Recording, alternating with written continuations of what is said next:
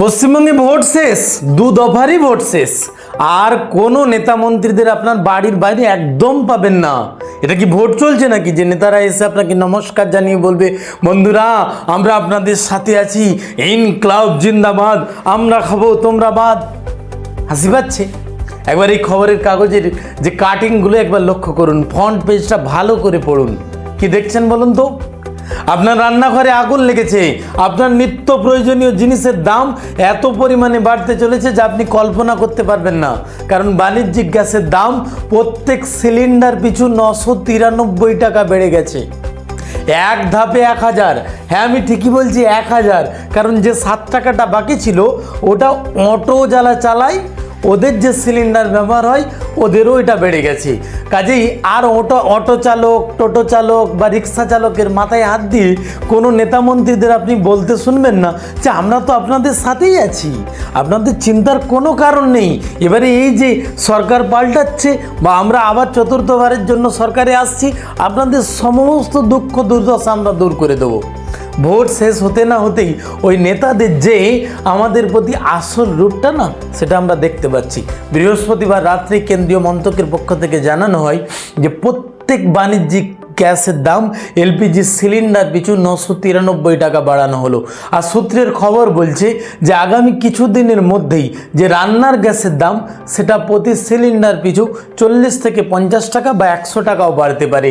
আবার এটাও জানা যাচ্ছে যে ডিজেল আর পেট্রোল, যেটার উপর আমাদের সব কিছু নির্ভর করছে, নিত্য প্রয়োজনীয় প্রত্যেকটি জিনিস যে পরিবহন মাধ্যমে আমাদের কাছে এসে পৌঁছয়, সেটি যদি পেট্রোল আর ডিজেলের দাম বেড়ে যায়, বুঝতে পারছেন কি হবে?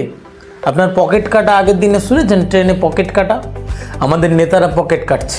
খেয়াল করুন কাদেরকে ভোট দিচ্ছেন। তাহলে এখন কি করবেন? সাধারণ মানুষ হিসেবে এটাই প্রশ্ন যে আমরা কি করব এখন? তাহলে কি ভোট দেব না? ভোট অবশ্যই দেবেন। পারবেন একবার জাপানের মতো ইলেকশন করাতে?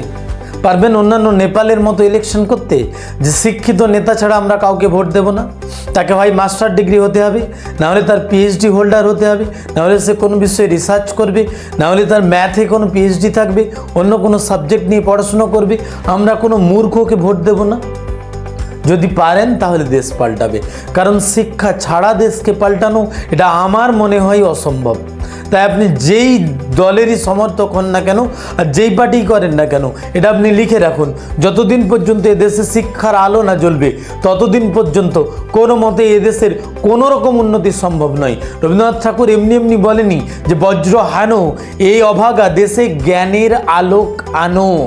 যদি এই দেশকে সৌভাগ্যবান বানাতে হয় আর সত্যি যদি সারে জাহাঁ সে আচ্ছা হিন্দুস্তান বানাতে হয়, যে গোটা বিশ্বের যে শ্রেষ্ঠ আমাদের দেশ, তাহলে এই দেশে জ্ঞানের আলো জ্বালাতে হবে। তার আগে পর্যন্ত আপনি এদেশের উন্নতি কখনোই করতে পারবেন না। কারণ আমরা যাদেরকে মন্ত্রী বানাচ্ছি, আমরা যাদেরকে চিফ মিনিস্টার বা প্রাইম মিনিস্টার বানাচ্ছি, যারা ক্ষমতার একদম উচ্চ শীর্ষে আছে, তারা শুধু আমাদেরকে ধর্মীয় মেরুকরণে ভাগ করছে। আমার পকেট যে কিভাবে কাটা যাচ্ছে এটা ওনাদের ধর্তব্যের বিষয় নয়, ওটা নিয়ে ওনারা ভাববেন না। ওনারা তো আরও ট্যাক্স চাপাবেন, জিএসটি কী করে বাড়ে, পণ্যের দাম কী করে বাড়ে, তবে গিয়ে তো ওনাদের ছেলেরা বিলেতে পড়বে, অক্সফোর্ডে পড়বে, কেমব্রিজে পড়বে। আর আমি আপনি কি করব? হাতে ড্যাং নেব, তরবারি নেব। ভোটের আগে লড়াই করেছি, ভোটের পরেও লড়াই করব। এই তো আমরা জনতা। এই মূর্খ জনতাকে কখনো বোঝানো যাবে না যতদিন পর্যন্ত এরা হিন্দু আর মুসলিমের নামে ভোট দেওয়া বন্ধ না করবে। কাজেই সচেতন হন। আপনাকে দিয়ে যে রাজনৈতিক প্রতিহিংসার খেলা ওনারা খেলছেন, এতে ওনাদের ঘরে আগুন লাগে নাই, লাগছে আপনার ঘরে। কাজেই আপনার নিত্য প্রয়োজনীয় জিনিসের দিকে তাকান।